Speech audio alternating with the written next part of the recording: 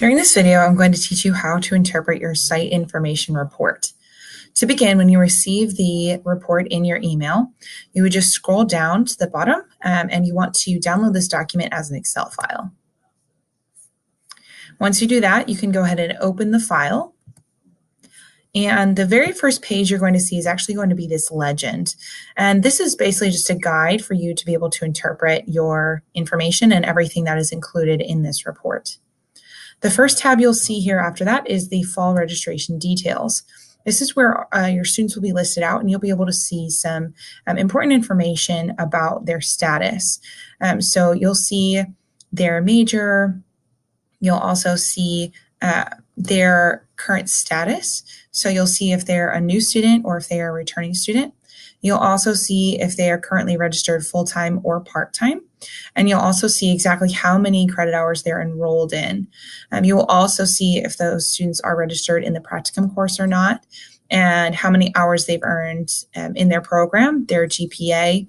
And you will also see this next semester enrolled. And this will indicate, if you see a Y here, that indicates yes. If you see an N, it would be a no.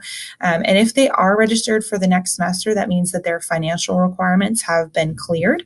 So that is a great way to just make sure that they're in a good place financially.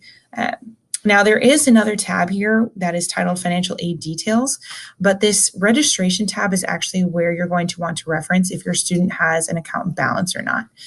So in this tab, or in this column, you would be able to see if your student owes anything or not. If you do see a number in the positive, that indicates a balance that the student actually owes. If you see a number in the negative, that means that the student has overpaid, or perhaps there's some type of financial aid that has come through where there's actually funds due back to the student. So you'd be able to kind of see exactly where they stand with their balance here. Once you've navigated this tab, the next tab you'll want to look at is this Financial Aid Details tab. And on this tab, this is specifically for any paperwork that needs to be turned in to the financial department from your students. So you'll notice here that a few students, they have several columns for the same name, the same student. That is because there's an individual column for every document that needs to be submitted. So once you look at a particular student, for example, Preston here, he has 3 documents that he needs to submit. And if you scroll over, you'll see exactly what each of those documents are.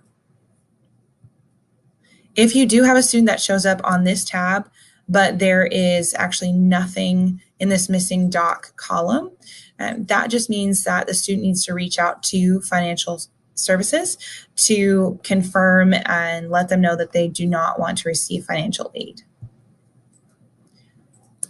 Now, hand in hand with this tab, you may want to reference another resource. If you go into your Google Drive, you can go to the Director's Resources folder and then to the Financial Aid folder. And from here, you'll find a document titled Financial Docs Cheat Sheet. This document will help explain each of those various documents listed on your report.